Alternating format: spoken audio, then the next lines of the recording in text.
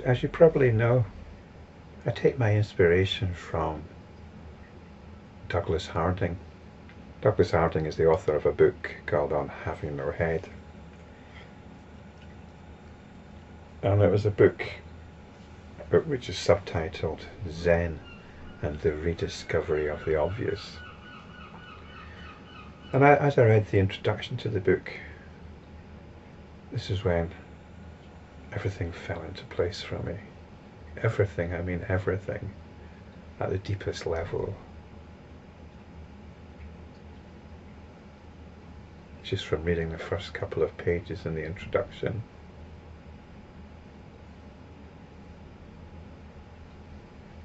And it's not going too far to describe it as an enlightenment event.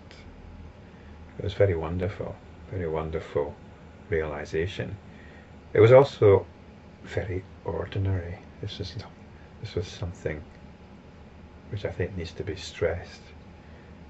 We have these wonderful images of the golden Buddha and wonderful stories of nirvana and enlightenment, as if once we get there we're in paradise and we're going to be walking around on a cloud of bliss and so on.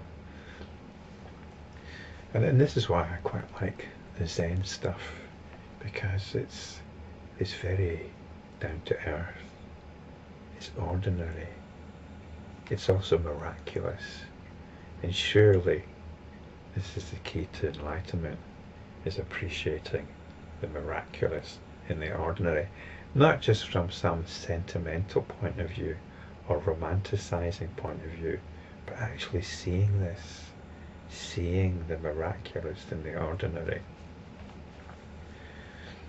And there's a Facebook group set up by Richard Lang, who works pretty hard at promoting Douglas Harding's understanding. Douglas Harding himself passed away a few years ago. And Richard set up a Facebook group. It's called No Facebook. And I've started participating in this group. I tend to not get involved in groups because you can get into an awful lot of talk. You can get into a lot of words.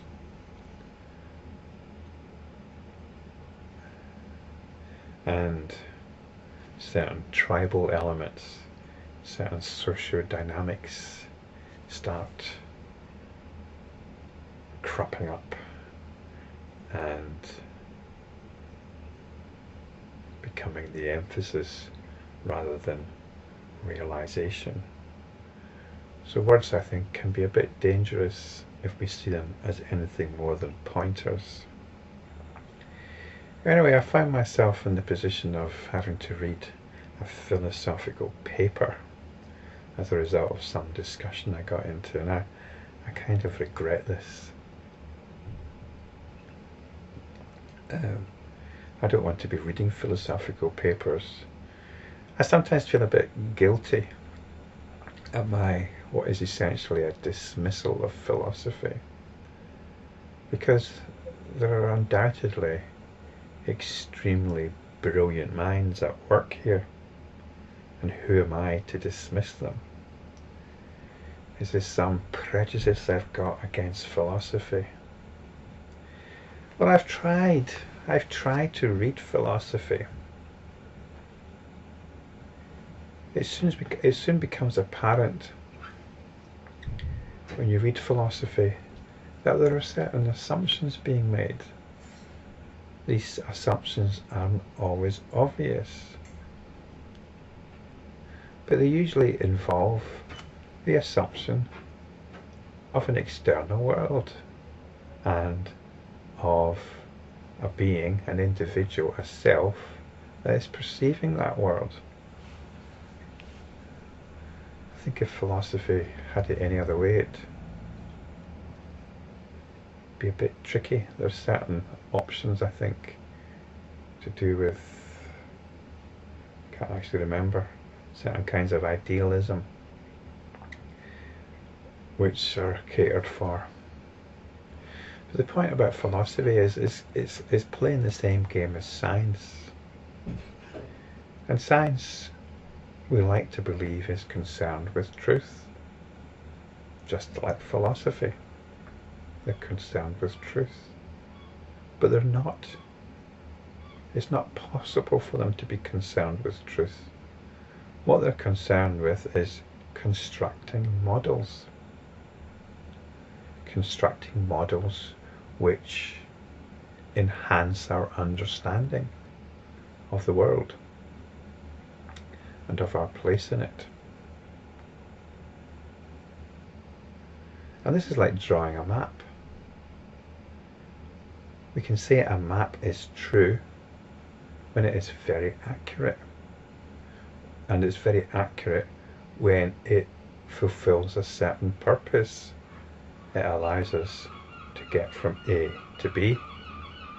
It allows us to appreciate certain aspects of our environment.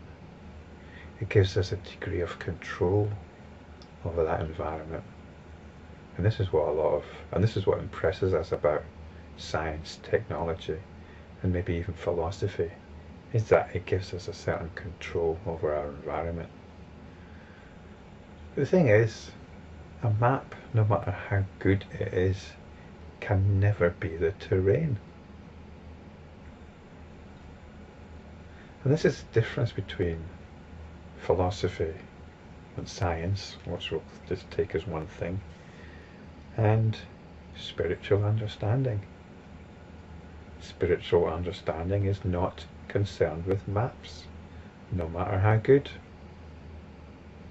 Spiritual understanding is about pointing us to the truth as it is, bypassing any model of understanding that we have. Now this seems to me to be pretty obvious.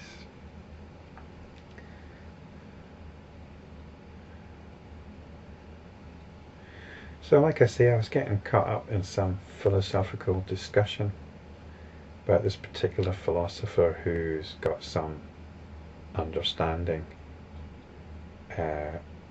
of how notions of the self are constructed. And the discussion led to notions of time and space as well.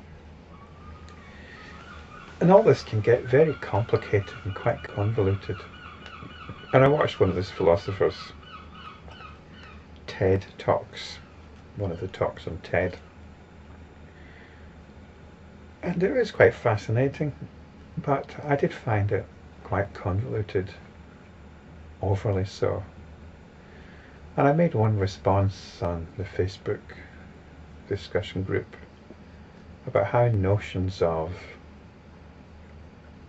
time, space, and self are ultimately dependent on the behaviour of the attention. Now I said this without actually knowing what I meant, and it sounded all right, and nobody's actually asked me about this. But it just so happens that the next verse gives me an opportunity to look into this a little bit more in depth. So let me just read out this next verse, verse 853. The three divisions of time and no time, and the fifth is beyond description. This is what is known to the Buddhas only, though mentioned by the theorisers. So you might not see any connection between what I've been talking about and this. And it seems quite mysterious, doesn't it? The three divisions of time and no time. I was looking at a little video featuring Stephen Hawking, and he mentioned his theory of imaginary time.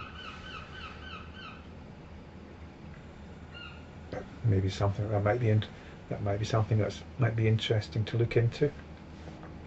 But I think it's more of a mathematical construct than anything else. And the fifth is beyond description. This reminds me of the states of consciousness in Hinduism. The ultimate being the fourth, and the ultimate being the turiya. But there's a fifth beyond that, which is beyond description. And it sounds quite metaphysical, doesn't it? But actually, once again, it's a description of what is going on. And what is going on is our attention. The attention is what is always going on. And the attention can be in various places. And that's what's being described here in terms of time. The attention can be caught up in the past, dwelling on the past. It can be caught up in dwelling in the future, usually driven by anxiety and whatnot. Or it can be on the present, and this is on the present world that we are experiencing. If you're listening to these words, then your attention is on the present, or it might be on various sensations going on in the body or whatnot. So that's the three divisions of time: the past, present and future, which covers a lot of the places that the attention can be. And there's also no time, because the attention isn't capable of just dwelling on the past, present and future. The attention can veer off into fantasy worlds, or what we might call dream worlds even, which are outside conventional space and time. So this is no time. When the attention isn't dwelling on the past, when it's not dwelling on the present, when it's not dwelling on the future, where is it dwelling? On a daydream. It's outside of normal past, present and future division. And we can call this no time. And there's a fifth option, which is known to the Buddhas only.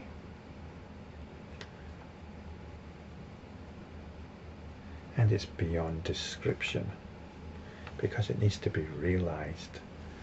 And this is the fifth option that the attention has. And this is when the attention is actually pointing to itself, when the attention is attending to itself. And this is when there's realization. It's when we come back to the capacity that is here for everything.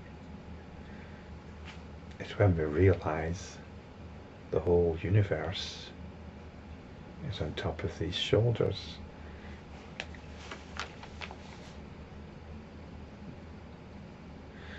So another thing here is just thinking back to my original involvement in this discussion. When we're talking about present time, this is actually space. Present time is space. Because this is when the attention is going out into the world or into our body.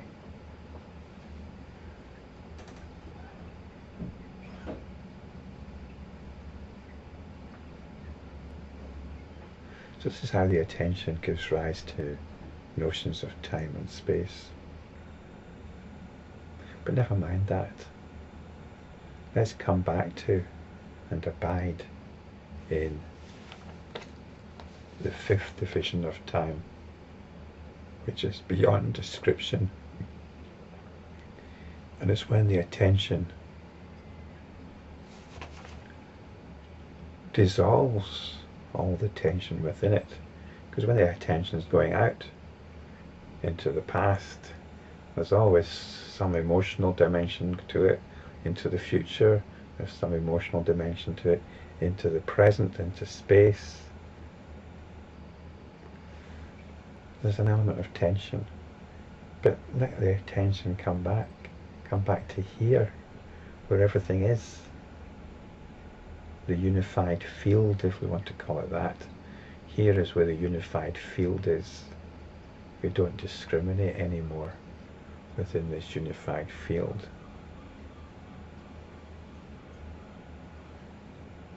So here,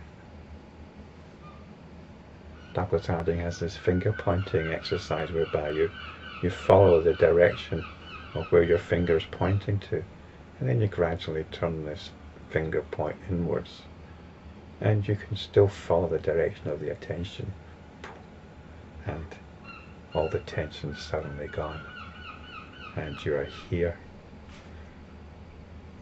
in all embracing, loving capacity for everything.